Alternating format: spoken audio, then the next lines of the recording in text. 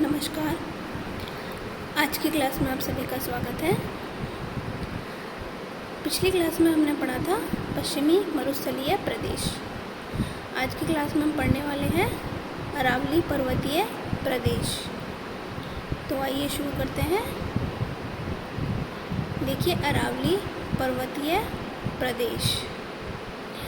अरावली श्रृंखला में मुख्य रूप से 8 जिले आते हैं, लेकिन कुल 17 जिले आते हैं। 17 जिले कौन कौन से हैं? सिरोही, उदयपुर, राजसमंद, डूंगरपुर, प्रतापगढ़, बांसवाड़ा, चित्तौड़गढ़, अजमेर, जयपुर, अलवर, झुंझुनू की खेतड़ी तहसील, सीकर जिले की नीमका थाना तहसील, श्री माधोपुर एवं दातारामगढ़ तहसीलें।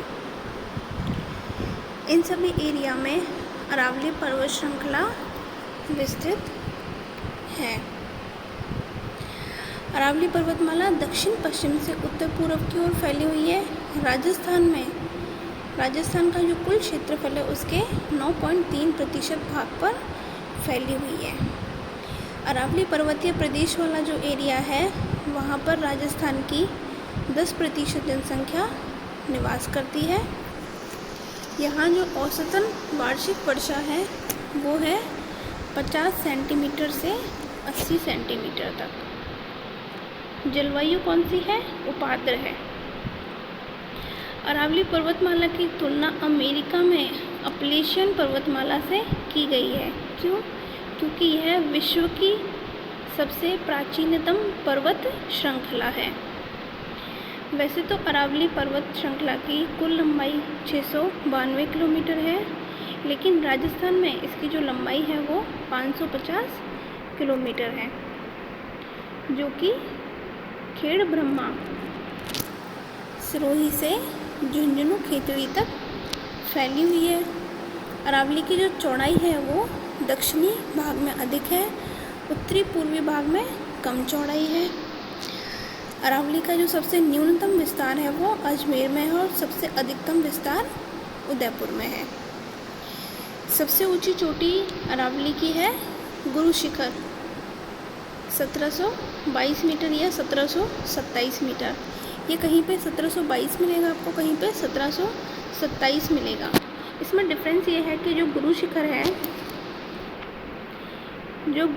है यहाँ पे ऊपर एक मंदिर बना हुआ है, तो यदि इस मंदिर की ऊंचाई को इंक्लूड किया जाए तो इसकी ऊंचाई होगी 1727 मीटर, और यदि इस मंदिर को इंक्लूड ना किया जाए तो इसकी ऊंचाई होगी 1722 मीटर। तो कंफ्यूज नहीं होना है। सबसे कम निचली जो घाटी है वो है पुष्कर अजमेर में। अरावली की जो औसतन ऊंचाई है राजस्थान में वो है 930 मीटर। इसका जो निर्माण है, जैसा कि हमने अभी पढ़ा, यह राजस्थान की नहीं, विश्व की प्राचीनतम पर्वत श्रृंखला है। इसका जो निर्माण है वो प्री कैम्ब्रियन युग में हुआ है, लगभग आज से 4.88 अरब वर्ष पूर्व। अभी हमने पढ़ा जैसा अरावली एक सीधी श्रृंखला के रूप में नहीं है, कटी फटी है। ये देखिए, ये जो दिखाई दे रही है हल्के ऑरेंज कलर में, ये है अरावली पर्वतमाला। यहाँ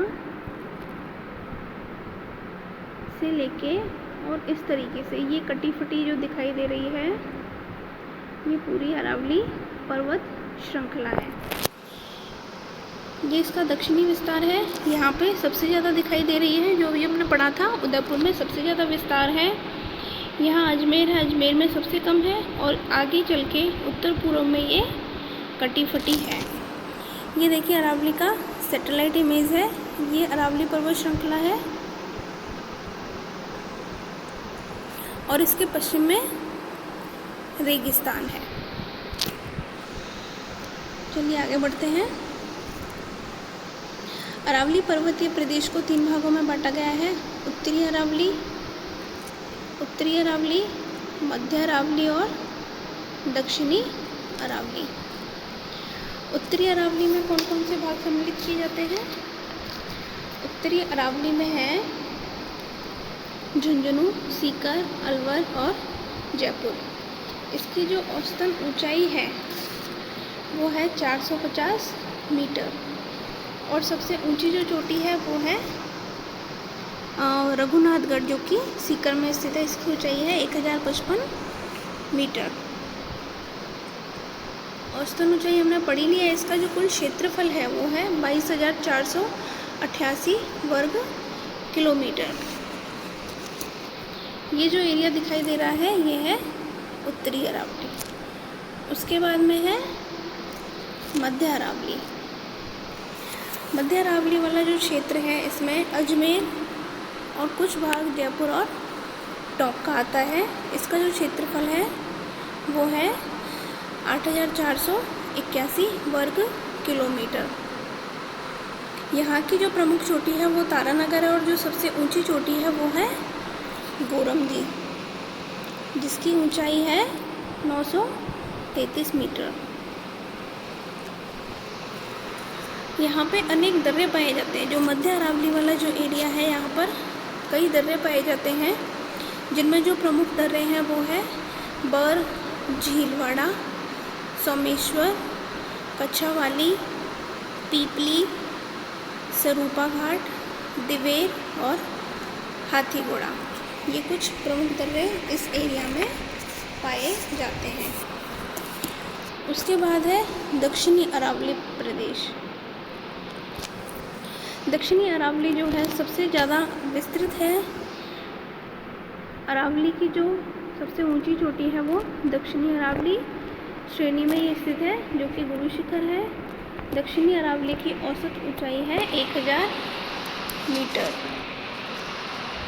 1000 मीटर। ये कहाँ कहाँ विस्तृत है? राजसमंद, सिरोही, उदयपुर और डूंगरपुर आदि जिलों में विस्तृत है। कर्नल जेम्स टोड ने गुरु शिखर को संतों का शिखर भी कहा है। अरावली पर्वतमाला का जो चारों तरफ से घिरा हुआ एक तस्रीनुमा क्षेत्र है, जिसे गिरवा कहा जाता है, वहाँ पर उदय सिंह द्वारा उदयपुर शहर को बसाया गया। उदयपुर में जरगा व रागा की जो पहाड़ियाँ हैं उनको देशहरों कहा जाता है, क्योंकि ये वर्ष भर हरी भरी रहती हैं। दक्षिणी अरावली जो क्षेत्र है वहाँ पे प्रमुख पठार है, एक चट्टानी क्षेत्र है जिसको भूराट का पठार कहा जाता है। ये देखिए, ये है भूराट का पठार। इसकी स्थिति कहाँ पे है? ये उदयपुर में गोगुंदा और कुंभलगढ़ के बीच में स्थित है। इसको भूराट का पठार कहा जाता है। उदयपुर में जो श्रेणियाँ हैं उन्हें गिरवा कहा जाता है। उदयपुर की श्रेणियों को गिरवा कहा जाता है। कहीं कहीं पे कुछ कटी फटी श्रेणियाँ हैं जिनको जो कि पूर्वी सिरोही में स्थित है, इन्हें भाखर कहा जाता है। भाखर, तो ये याद रखना है। अब अरावली एग्ज़ाम में एक क्वेश्चन भी आता है कि भाई अरावली श्रेणी का महत्व क्या है। तो एक तो अरावली श्रेणी में बहुत ही बहुमूल्य खनिज पाए जाते हैं, जैसे तांबा, जस्ता, चांदी, अभ्रक, लोहा, मैग्नीज, फेल्सपार इत्यादि। मरुस्थलीकरण को रोकता है, क्योंकि मरुस्थल यहाँ पे है और मरुस्थलीकरण की जो दिशा है वो पश्चिम से पूर्व की ओर है। तो अरावली एक बैरियर की तरीके से काम करता है और पूर्व की ओर मरुस्थलीकरण को रोकता है। भारत की जो महान जल विभाजक रेखा है, जो कि सिंधु जो नदी तंत्र है, सिंधु नदी तंत्र को गंगा नदी तंत्र से अलग करता है, उस महान जल विभाजक का हिस्सा है अरावली। कई मीठे पानी की झीलें पाई जाती हैं इस क्षेत्र में, जैसे जैसमंद, फतेह सागर, आना सागर, पुष्कर इत्यादि। कई वन्यजीव अभयारण्य पाए जाते हैं, जैसे सरिस्का, सीता माता, सज्जनगढ़ अभयारण्य इत्यादि। अनेक महत्वपूर्ण जीवनदायी नदियाँ यहाँ से निकलती हैं, जैसे बनास, बेड़ज, लूनी, साबरमती आदि। और अरावली क्षेत्र इमारती लकड़ियों के लिए,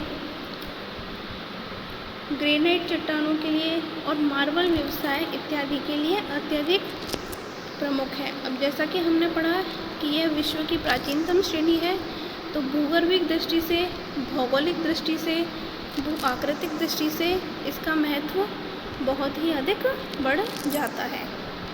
तो ये आज का हमारा टॉपिक हुआ अरावली पर्वतीय प्रदेश।